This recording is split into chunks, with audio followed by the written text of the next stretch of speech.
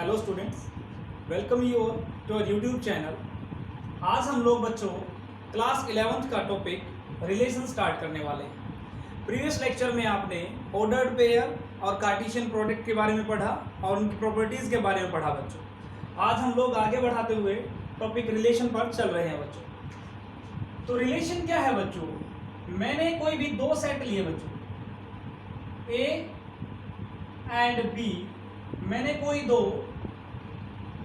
Non empty set लिए बच्चों, कोई भी दो नॉन एम्प्टी सेट।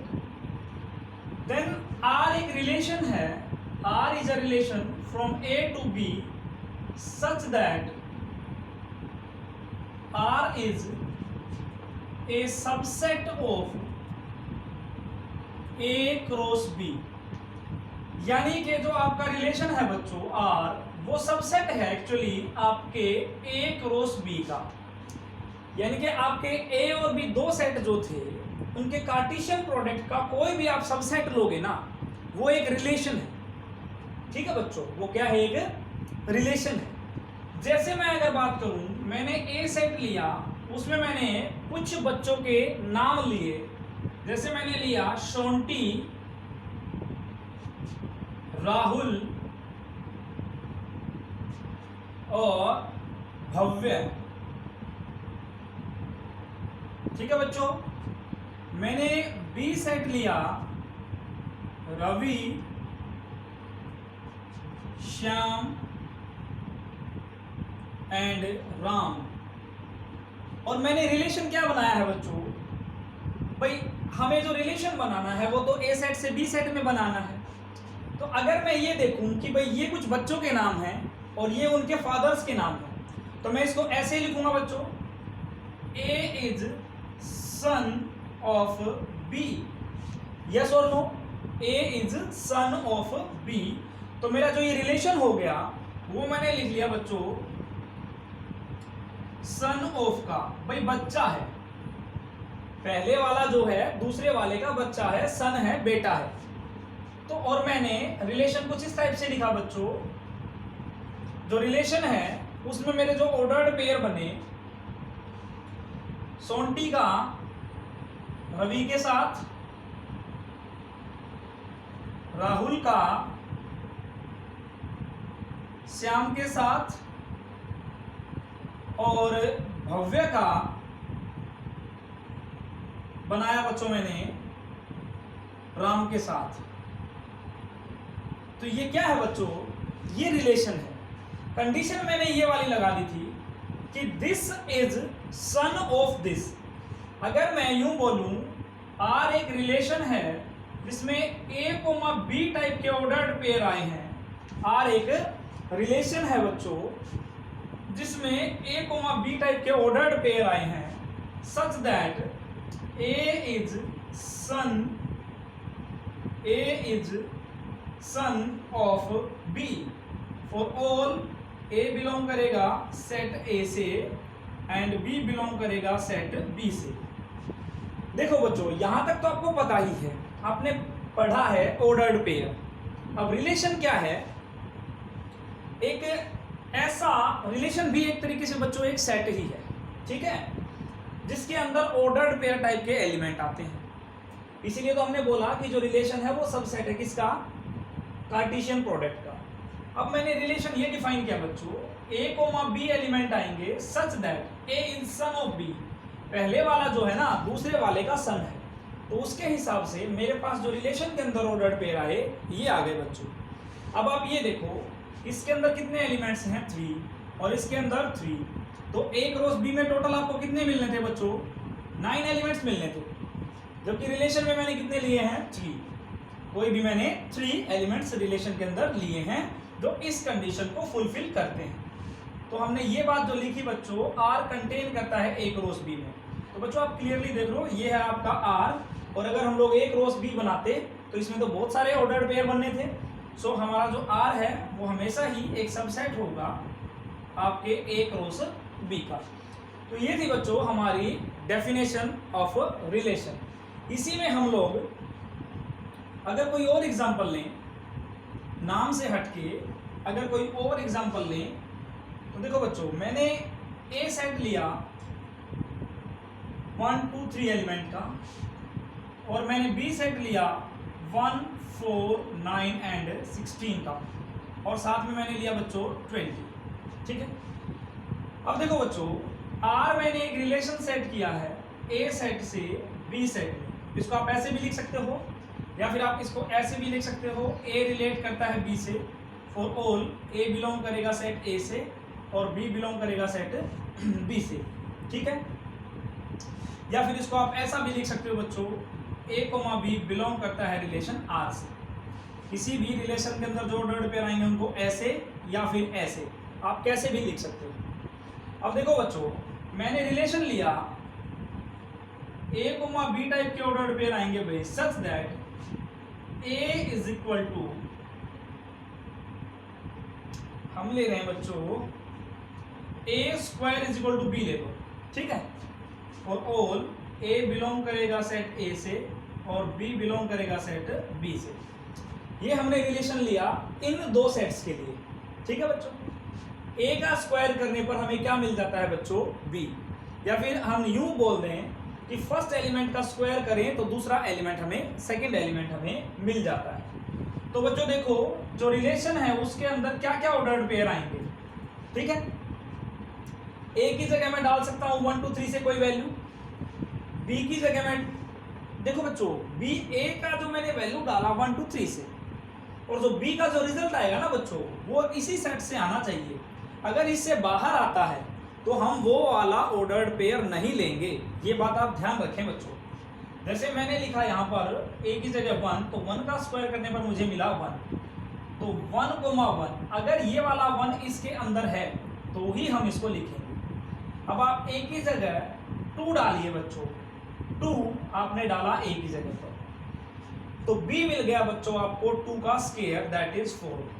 तो 2,4 इसका एक ऑर्डर्ड पेयर हो गया, बशर्ते ये जो 4 है इसका एलिमेंट होना चाहिए बच्चों। बिल्कुल है, जब आप 3 डालोगे तो आपको मिला 9। ठीक है बच्चों, क्या मिला आपको, 9 इसके अंदर है, बिल्कुल सही बात है। अब हम 4 नहीं डाल सकते, क्यों, क्योंकि ए के अंदर 4 टाइप का, 4 नाम का कोई एलिमेंट है ही नहीं। ना ही 5 डाल सकते हैं, ना ही 6, कुछ भी नहीं डाल सकते इसके अलावा। तो ये बन गया बच्चों हमारा relation. Now clearly you can see students कि जो रिलेशन है वो सबसेट है ए क्रॉस बी का। देख सकते हो आप, ए क्रॉस बी का सबसेट है, क्योंकि जो ए है उसके अंदर 3 एलिमेंट्स, बी के अंदर मैंने ले रखे हैं 5, तो ओवरऑल 15 बनने थे। तो आर यहाँ पर हमारे पास जो इस कंडीशन को फुलफिल कर रहा है वो सिर्फ ऐसे 3 पेयर है। ठीक है बच्चों, अब दूसरी बात, ये तो था हमारा रिलेशन। अब रिलेशन में हमारे पास कुछ चीजें, फर्स्ट वन इज आपका डोमेन, आपका रेंज, आपका कोडोमेन। तो बच्चों, domain of relation, domain of R for relation, domain of relation, किसी भी रिलेशन का डोमेन, जब रिलेशन आपका डिफाइन कर रखा है बच्चों ए सेट से बी सेट में, तो जो पहले वाला जो सेट होता है वो कहलाता है बच्चों डोमेन। तो यहां पर डोमेन हो गया सेट ए, दैट इज 1 2 3, 1 2 3। ठीक है बच्चों, अब अगर बात करें इसके कोडोमेन की, कोडोमेन ऑफ आर, रिलेशन का कोडोमेन, तो कोडोमेन होता है बच्चों जो आपने रिलेशन डिफाइन किया एक सेट से दूसरे सेट में, उनमें जो सेकंड सेट होता है वो कहलाता है आपका कोडोमेन। तो कोडोमेन ऑफ आर हो गया बच्चों सेट बी, यानी कि 1 4 9 16 20, 1 4 9 16 एंड 20। ठीक है बच्चों, तो ये आपका डोमेन हुआ, कोडोमेन हुआ। बचती है बच्चों बात रेंज की, रेंज ऑफ रिलेशन आर। तो बच्चों देखो, रेंज क्या होता है, रेंज होता है वो एलिमेंट्स जो रिलेशन बनने के बाद, जो रिलेशन बनने के बाद बनते हैं आपके ऑर्डर्ड पेयर का सेकंड एलिमेंट, या फिर यूं कह दीजिए वो एलिमेंट जो ए वालों के साथ रिलेट किए हैं। अब अगर मैं बात करूं 1, 4, 9, 16 और 20 में से रिलेट कौन कौन कर रहा है स्टूडेंट्स? सिर्फ मेरा 1, 4 और 9, यानी कि रिलेशन बनने के बाद की बात हो रही है बच्चों।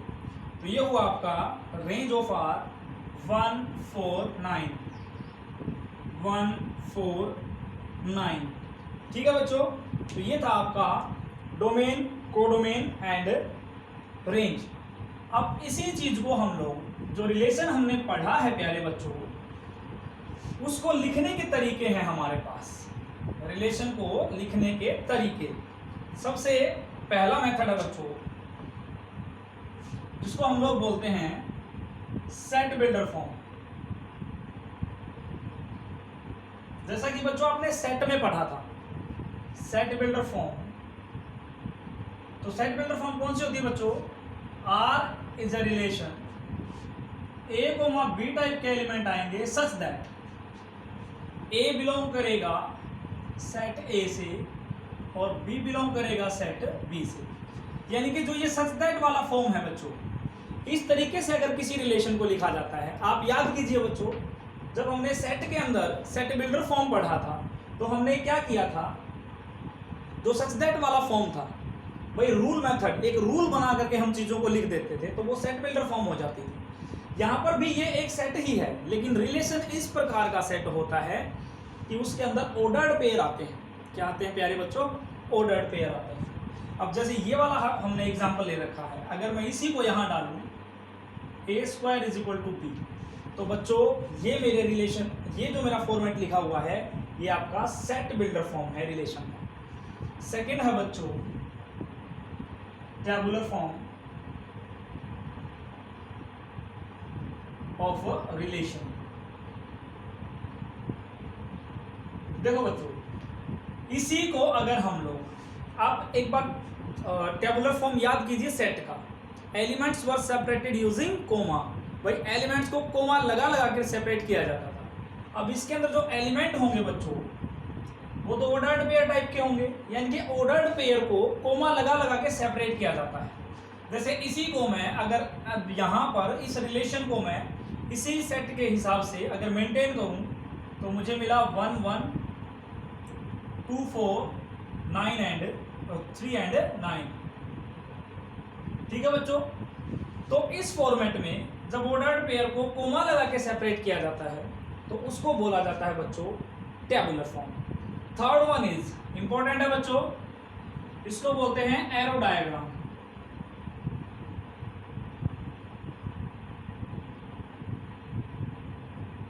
एरो डायग्राम ये कहता है बच्चों, भाई एरो लगा करके, इस कंडीशन को ध्यान में रखते हुए एरो लगाएंगे।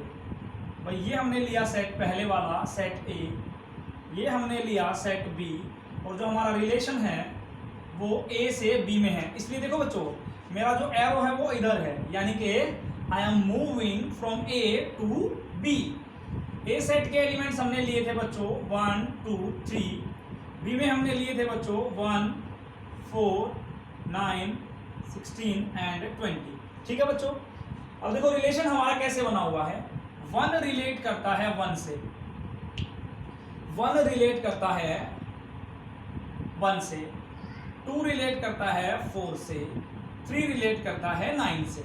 ठीक है बच्चों, यही बना हुआ हमारा रिलेशन। तो ये अगर इस तरीके से चीजों को लिखा जाए तो वो कहलाता है आपका arrow diagram representation of a relation. अब एक बार हम लोग डोमेन, कोडोमेन और रेंज को दोबारा समझ लेते हैं बच्चों। एरो डायग्राम में जब भी आप किसी रिलेशन का डोमेन, कोडोमेन और रेंज निकालते हो बच्चों, तो आर हमने डिफाइन किया है बच्चों ए से बी में। तो जो पहला सेट होता है बच्चों वो तो कहलाता है आपका डोमेन, जो दूसरा सेट होता है बच्चों वो कहलाता है आपका codomain. These are 2 simple definitions students. अब अगर मैं एरो डायग्राम से बात करूं तो मेरा जो डोमेन है बच्चों वो हो गया 1, 2, 3 because it is first set.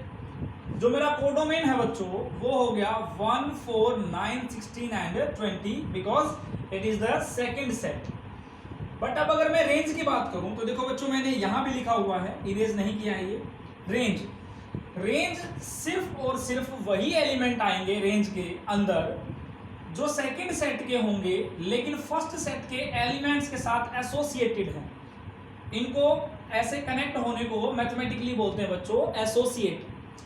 जो एलिमेंट्स सेकंड सेट के एसोसिएट कर रहे हैं फर्स्ट वालों के साथ, सिर्फ वो आते हैं बच्चों रेंज के अंदर। तो रेंज में आ गया बच्चों आपका 149 149। ओके बच्चों, तो ये था आपका रिलेशन का डेफिनेशन। इसको रिप्रेजेंट करने के तरीके, एक रिलेशन को हम ऐसे 3 तरीकों से रिप्रेजेंट कर सकते हैं बच्चों। ठीक है, साथ साथ पढ़ा हमने इसका डोमेन, कोडोमेन और रेंज। आगे बढ़ते हैं बच्चों रिलेशन में ही कुछ और नई चीजों के लिए।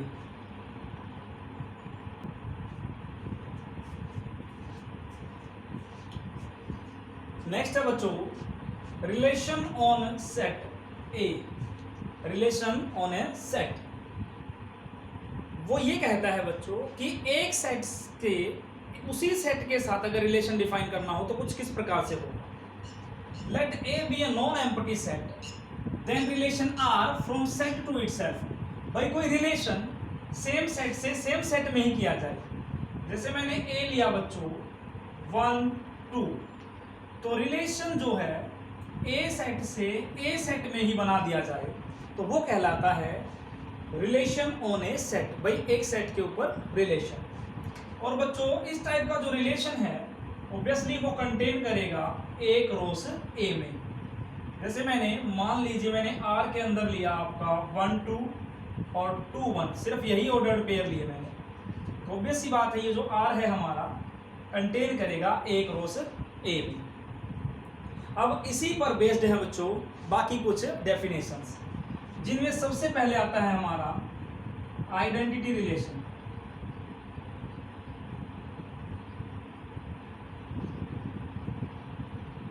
आइडेंटिटी रिलेशन ये कहता है बच्चों आर एक रिलेशन है सेम सेट से same set. R is a relation on A, set A पर है, सच दैट, ध्यान से देखें बच्चों, such that for all A belongs to set A, for all A belongs to set A, only A belong करें relation R से। तो identity relation क्या कहता है बच्चों, सभी के सभी ए बिलोंग करें ए से, ओनली ए बिलोंग करे रिलेशन आर से।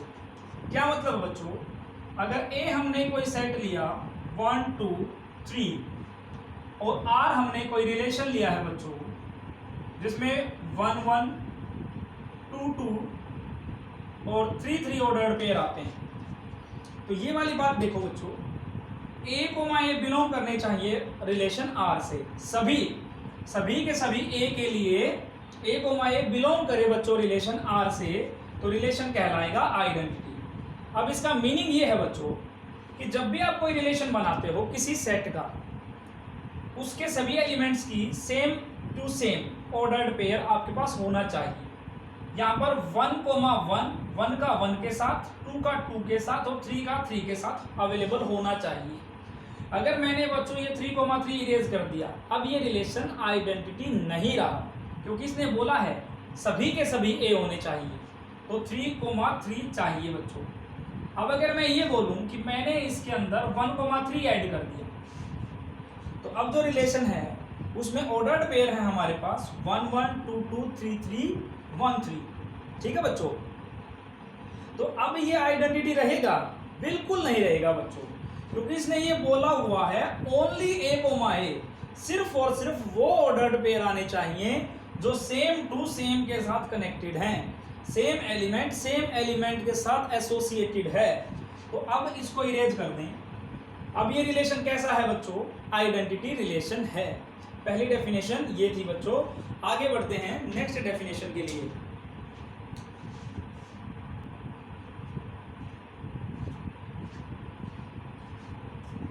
नेक्स्ट डेफिनेशन है बच्चों, नेक्स्ट टाइप है रिलेशन का यूनिवर्सल रिलेशन।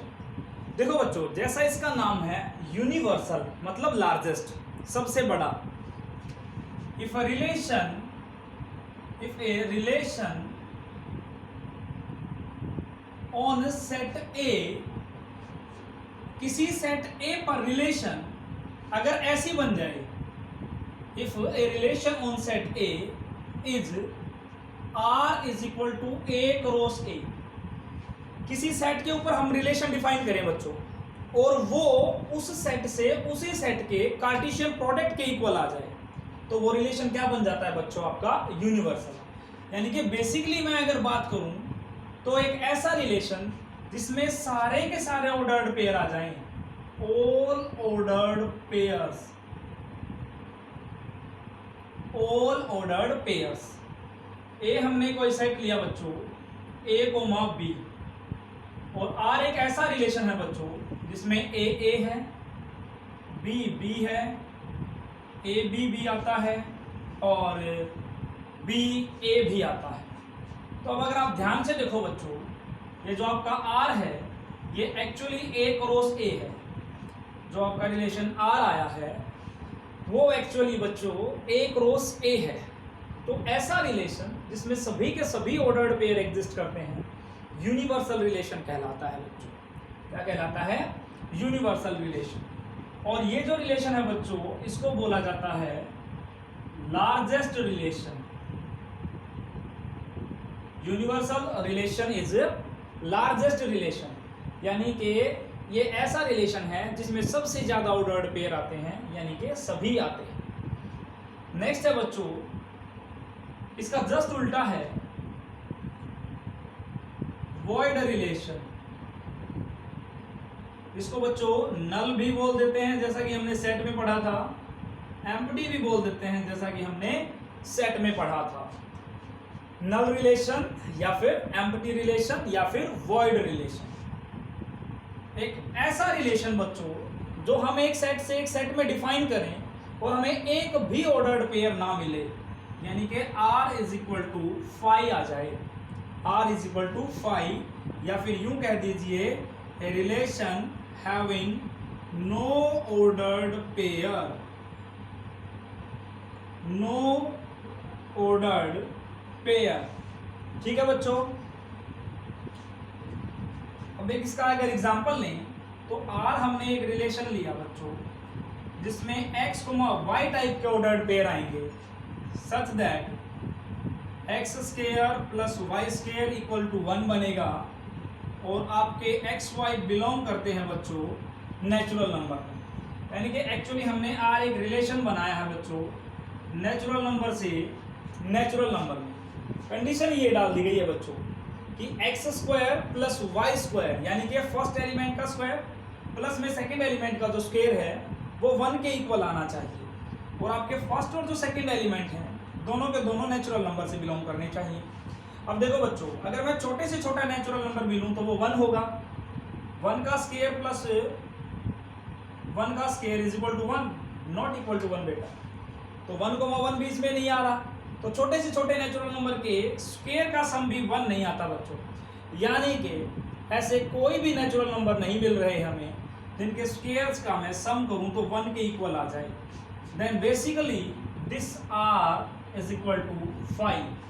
भाई ये R एक ऐसा रिलेशन है जिसमें एक भी ऑर्डर्ड पेयर हमें मिल नहीं रहा। तो अब आप समझ गए होंगे बच्चों कि जैसे यूनिवर्सल रिलेशन लार्जेस्ट था, वैसे ही जो आपका वॉइड रिलेशन है वो स्मॉलेस्ट है। कैसा रिलेशन है आपका? स्मॉलेस्ट है।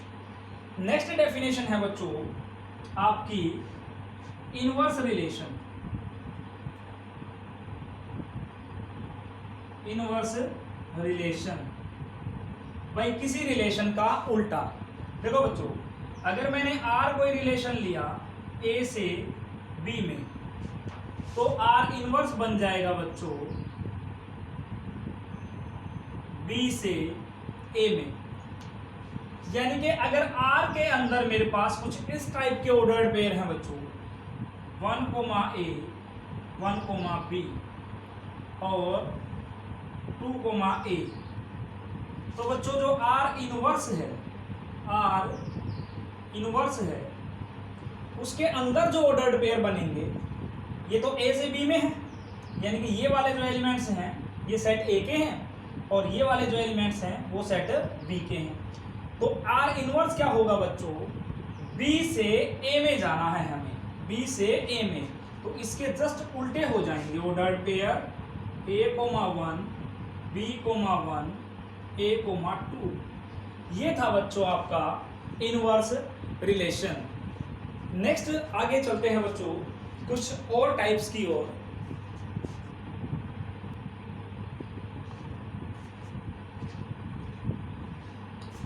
कुछ और टाइप्स हैं बच्चों रिलेशन की, जिनमें पहले रिफ्लेक्सिव, फिर सिमेट्रिक, फिर ट्रांजिटिव करेंगे बच्चों।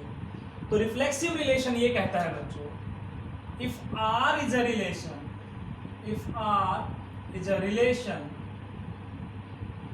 ऑन सेट ए, आर एक रिलेशन है बच्चों सेट ए के ऊपर, इस प्रकार से है, for all A belongs to set A, for all A belongs to set A comma A belong करना चाहिए बच्चों रिलेशन आर के अंदर। अब ये देख के आपको थोड़ा सा आइडेंटिटी याद आया होगा बच्चों, लेकिन इन दोनों में माइनर सा डिफरेंस है, वो करते हैं। ए हमने कोई सेट लिया बच्चों 1 2 3 का, ठीक है बच्चों, ठीक है, और आर हमने एक रिलेशन लिया जिसमें कुछ ऐसे ऑर्डर्ड पेयर आए हुए हैं बच्चों 1 1 2 2 3 3, ठीक है बच्चों। अब ये देखो, ये कहता है भाई सभी के सभी ए जो ए से बिलोंग करते हैं, ए कोमा ए आर से बिलोंग करना चाहिए। ए कोमा ए का क्या मतलब बच्चों, सेम एलिमेंट का सेम एलिमेंट के साथ रिलेशन, 1 का 1 के साथ, 2 का 2 के साथ, 3 का 3 के साथ, तो रिलेशन कैसा हो जाता है बच्चों, रिफ्लेक्सिव। लेकिन अगर हम देखें तो यही डेफिनेशन तो बच्चों हमने आइडेंटिटी में पढ़ी थी, यानी कि करंटली जो ये रिलेशन है ये रिफ्लेक्सिव है और साथ में आइडेंटिटी भी है। लेकिन वहां पर एक वर्ड लिखा हुआ था इधर बच्चों ओनली, लेकिन इसमें ओनली कोई नहीं लिखा हुआ। इसका मतलब ये तो होने ही चाहिए डेफिनेटली, इसके अलावा कोई ऑर्डर्ड पेयर जो है वो हो भी सकता है और नहीं भी हो सकता। अब अगर मैं यहाँ पर 1,2 डाल दूं, अब भी ये रिलेशन बेटा जी रिफ्लेक्सिव है, अब भी जो ये रिलेशन है आपका रिफ्लेक्सिव है, लेकिन आइडेंटिटी नहीं रहा, क्योंकि आइडेंटिटी तो ये कहता है बच्चों ओनली ए कोमा ए आने चाहिए, ओनली ए कोमा ए आने चाहिए। बात समझ में आई बच्चों? तो यहां से क्या कंक्लूजन निकला बच्चों, every identity relation, every identity relation is reflexive, every identity relation is reflexive, but every reflexive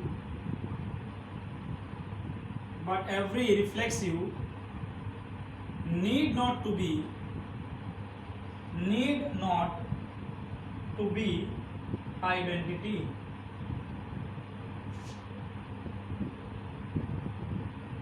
ठीक है बच्चों, तो जो आइडेंटिटी रिलेशन है वो डेफिनेटली रिफ्लेक्सिव होगा, इसमें कोई दो राय नहीं है, बट जो रिफ्लेक्सिव है वो आइडेंटिटी हो भी सकता है और नहीं भी हो सकता। नेक्स्ट डेफिनेशन है बच्चों सिमेट्रिक रिलेशन।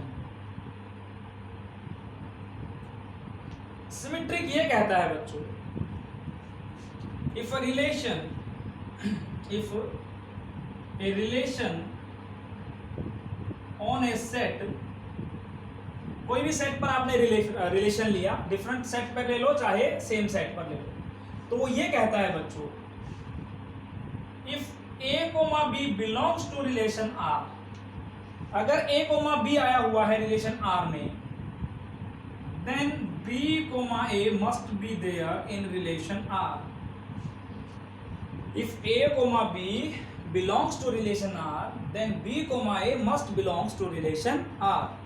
जैसे आर हमने कोई रिलेशन लिया बच्चों 1,2 है इसके अंदर, और मैंने ले लिया 2,1, तो देखो बच्चों जब a कोमा बी आया हुआ है तो b कोमा ए भी होना चाहिए, जब a कोमा बी आया हुआ है तो b कोमा ए भी होना चाहिए।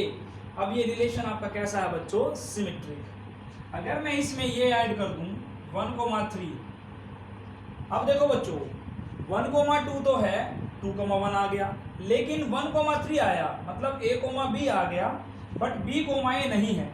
तो अभी ये जो रिलेशन है ये सिमेट्रिक नहीं है। जैसे ही मैंने इसमें 3,1 डाल दिया, अब ये रिलेशन कैसा हो गया बच्चों? सिमेट्रिक हो गया। ठीक है बच्चों।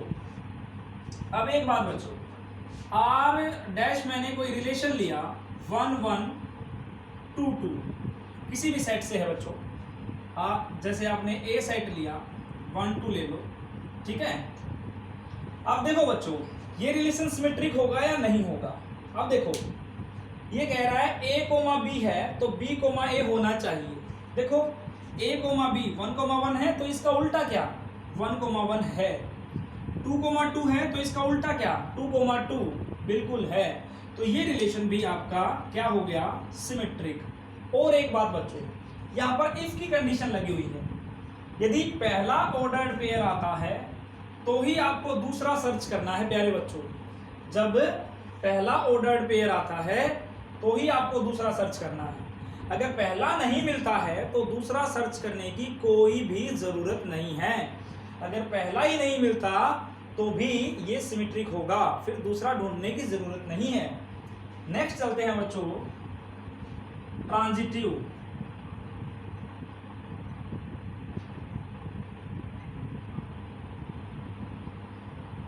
जो ट्रांजिटिव रिलेशन है बच्चों वो ये कहता है R कोई रिलेशन है किसी भी सेट में, A से B में है या फिर A से A में है, उसमें अगर if A, B belongs to R and B, C belongs to R। देखो बच्चों सिमेट्रिक में हमने ये देखा इफ पहला ऑर्डर्ड पेयर है देन सर्च करो दूसरा। लेकिन ट्रांजिटिव ये कहता है अगर पहले दो ऑर्डर्ड पेयर हैं, और वो दो किस टाइप से हैं बच्चों? ये ए बी है तो ये वाला बी यहाँ पर है, B, C। अगर ये ऑर्डर्ड पेयर और ये ऑर्डर्ड पेयर रिलेशन R में है तो तीसरा भी सर्च कीजिए, देन A, C बिलोंग करना चाहिए रिलेशन R से, देन A, C बिलोंग करना चाहिए रिलेशन R से, तभी आपका रिलेशन क्या होगा? ट्रांजिटिव। अब देखिए प्यारे बच्चों, मैंने R कोई रिलेशन लिया 1, 2, 2, 3 और 1, 3, ठीक है बच्चों। अब ये देखो A, B है, ये A मान लीजिए, इसको B मान लीजिए, और B, C आया, 3 को आप C मान लीजिए। तो A, C यानी कि 1, 3 भी आया हुआ है, तो ये रिलेशन हो गया बच्चों आपका ट्रांजिटिव। अब फिर से वही पॉइंट बच्चों जो हमने सिमेट्रिक में डिस्कस किया था, ये जो ट्रांजिटिव है ये इफ की कंडीशन के साथ चलता है। If A, B and B, C बच्चों, अगर ये दोनों ऑर्डर्ड पेयर आएंगे तो ही हम तीसरा सर्च करेंगे बच्चों, A, C। मान लीजिए ये दो ऑर्डर्ड पेयर नहीं आते हैं, तब भी रिलेशन क्या होगा बच्चों? ट्रांजिटिव, क्योंकि कंडीशन इफ की लगी हुई है। अगर ये दोनों आते हैं तो ही तीसरा सर्च करना है, अगर ये दोनों नहीं आते हैं तब भी आपका रिलेशन ट्रांजिटिव है। एक एग्जांपल लेकर के और ज्यादा क्लियर करने की कोशिश करते हैं प्यारे बच्चों। जैसे देखो हमने A सेट लिया कोई 1, 2, 3 एलिमेंट का, और R हमने कोई रिलेशन लिया बच्चों 1, 1, 2, 2, 3, 3। अगर आप ध्यान से देखो प्यारे बच्चों तो ये रिलेशन आपका आइडेंटिटी रिलेशन लिया है मैंने, क्योंकि सिर्फ और सिर्फ सेम एलिमेंट के साथ मैंने ऑर्डर्ड पेयर लिया है बच्चों।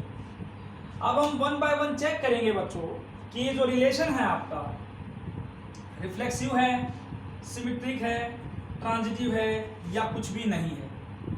देखो बच्चों सबसे पहले रिफ्लेक्सिव, क्लियरली प्यारे बच्चों ये रिफ्लेक्सिव है, क्योंकि for all A belongs to set A, belong कर रहे हैं रिलेशन R में। आप देख सकते हो 1, 1 है, 2, 2 है, 3, 3 है। So it is clearly reflexive. Second symmetric,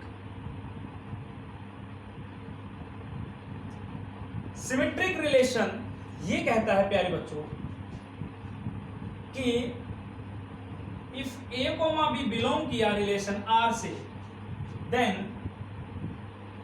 B comma A belong करना चाहिए रिलेशन आर से। यस और नो?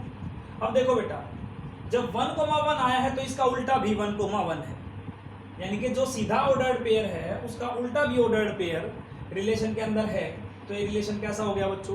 सिमेट्रिक। यानी कि जो आपका आइडेंटिटी रिलेशन है बच्चों वो सिमेट्रिक भी होता है। थर्ड पॉइंट बच्चों, ट्रांजिटिव। देखो बच्चों, ट्रांजिटिव की डेफिनेशन अभी मैंने इरेज नहीं की है। ट्रांजिटिव ये कहता है अगर A comma B and B comma C दोनों रिलेशन आर के अंदर हैं, then go for A comma C. अब देखो बच्चों, ए कोमा बी मैं इसको मान लूं तो यहाँ पर बी से स्टार्ट होने वाला कुछ दूसरा है ही नहीं, इसका मतलब जो पहले दो ऑर्डर्ड पेयर हैं वो है ही नहीं, तो तीसरा सर्च करने की कोई जरूरत नहीं है बच्चों। क्लियरली ये वाला जो रिलेशन है आपका वो ट्रांजिटिव हो जाएगा बच्चों। This relation is clearly transitive by the definition such that if A comma B and B comma C both lies in your R, then go for A comma C guys. But दो ordered pair है ही नहीं, तो तीसरा search करने की जरूरत नहीं है। तो ये था बच्चों, जो आइडेंटिटी रिलेशन है आपका वो रिफ्लेक्सिव भी होता है, सिमेट्रिक भी होता है और ट्रांजिटिव भी होता है। अब चलते हैं बच्चों नेक्स्ट पॉइंट के लिए।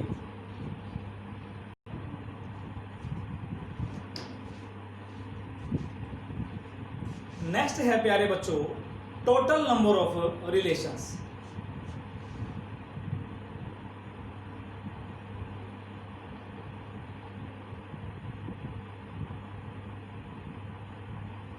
देखो बच्चों, ए हमने कोई सेट लिया जिसमें m एलिमेंट्स हैं और बी हमने सेट लिया जिसमें n एलिमेंट्स हैं। तो बच्चों a क्रॉस b में m इंटू n एलिमेंट्स होंगे कि नहीं होंगे? बिल्कुल होंगे। अब ये देखो बच्चों, a क्रॉस b में अगर m इंटू n एलिमेंट्स हैं तो आपने कोई भी a क्रॉस b लिखा, हमारा रिलेशन उसी a क्रॉस b में कंटेन करता है बच्चों। हमारा कोई भी रिलेशन है वो कंटेन करता है a क्रॉस b में। अब रिलेशन बनाने के लिए देखो बच्चों, जो कंडीशन होती है कोई भी रिलेशन बनाने के लिए, जो a क्रॉस b का पहला ऑर्डर्ड पेयर है, अगर मैं इसी चीज को बच्चों ऐसे लिखूं कि मेरा जो a सेट है उसमें मैंने m एलिमेंट्स लिए और मेरा जो b सेट है उसमें मैंने n एलिमेंट्स लिए, तो जो a क्रॉस b की टेबल है बच्चों वो कुछ इस प्रकार की बनेगी। अगर इधर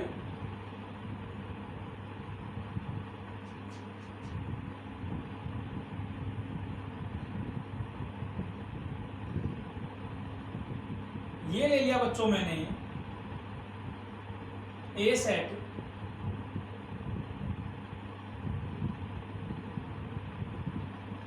और ये ले लिया बच्चों मैंने इधर बी सेट, तो ए क्रॉस बी में जो ऑर्डर्ड पेयर है बच्चों वो किस टाइप के होंगे? 1,1,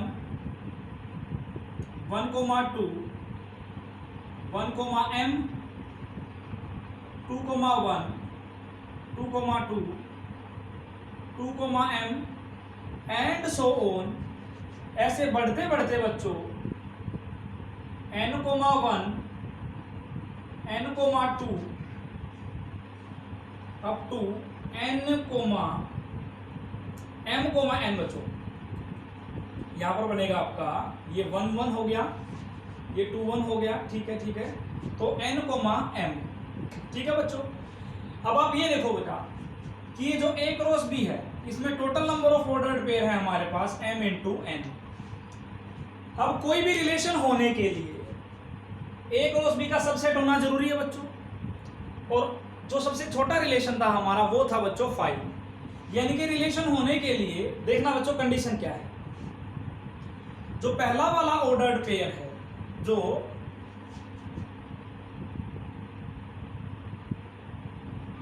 टोटल नंबर ऑफ रिलेशंस जो है बच्चों, वो हम ये देखेंगे कि फॉर्मूला इसका बनता कैसे है। ध्यान से देखो बेटा, रिलेशन होने के लिए सबसेट होना चाहिए A क्रॉस B का।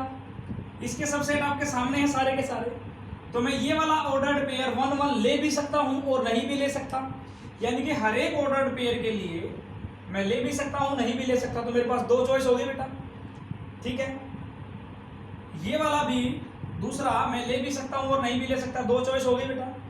एंड जोन ऐसे ऐसे करते मैं लास्ट वाले ऑर्डर्ड पेयर की बात करूं तो ये हो भी सकता और नहीं भी हो सकता, ठीक है बच्चों।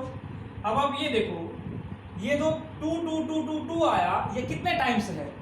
जितने नंबर ऑफ ऑर्डर्ड पेयर हैं। कितने ऑर्डर्ड पेयर है बेटा हमारे पास? mn ऑर्डर्ड पेयर है। तो ये जो 2 2 आया है आपका m इंटू n टाइम्स आया है। कितने टाइम्स आया बच्चों? m into n times. तो इसको मैं अगर एक साथ लिखूंगा तो ऐसा लिखूंगा बेटा 2 raise to power mn, 2 raise to power mn। यही होता है बच्चों हमारे पास टोटल नंबर ऑफ रिलेशन, ठीक है बेटा। तो ये था कि जो आपके पास ये डिफरेंट ऑर्डर्ड पेयर हैं, इनमें से हम एक ले भी सकते हैं नहीं भी ले सकते, यानी कि हर एक ऑर्डर्ड पेयर के लिए 2 चॉइसेस हैं बेटा। ये कितने ऑर्डर्ड पेयर हैं? mn ऑर्डर्ड पेयर हैं, m into n ordered pair हैं। तो टोटल नंबर ऑफ रिलेशन क्या हो गया? 2 रेज़ टू पावर mn। ये हमने फॉर्मूला डिराइव किया। फ्यूचर के लिए आपको अब ये याद रखना है कि टोटल नंबर ऑफ रिलेशन क्या होता है? 2 raise to power mn। Thank you students.